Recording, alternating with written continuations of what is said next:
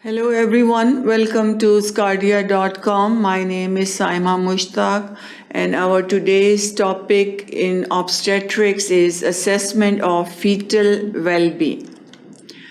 We divided our lecture assessment of fetal well-being into 5 sections.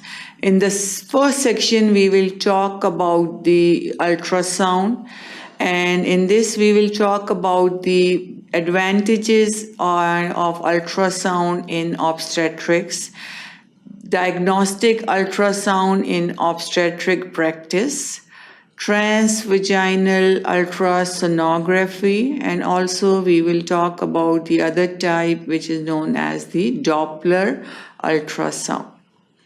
Then in the second section we will talk about the diagnosis with ultrasound.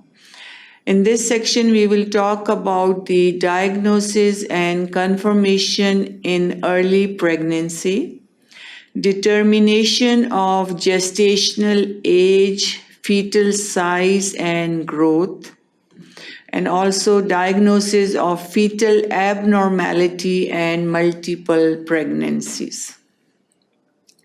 In third section, then we will talk about the assessment performed by the ultrasound of amniotic fluid, measurement of cervical length, and also some other indications of ultrasound in the assessment of fetal well-being. Then in the fourth section, we will talk about cardiotocograph and what are the features of cardiotocograph, what's the importance of fetal cardiograph, and also what's computerized cardiotocograph. Then in the fifth and final section, we will talk about the biophysical profile, Doppler investigation, and also what's cerebroplacental ratio.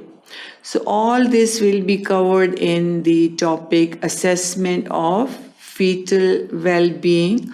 To learn more about this lecture topic, keep watching sqadia.com.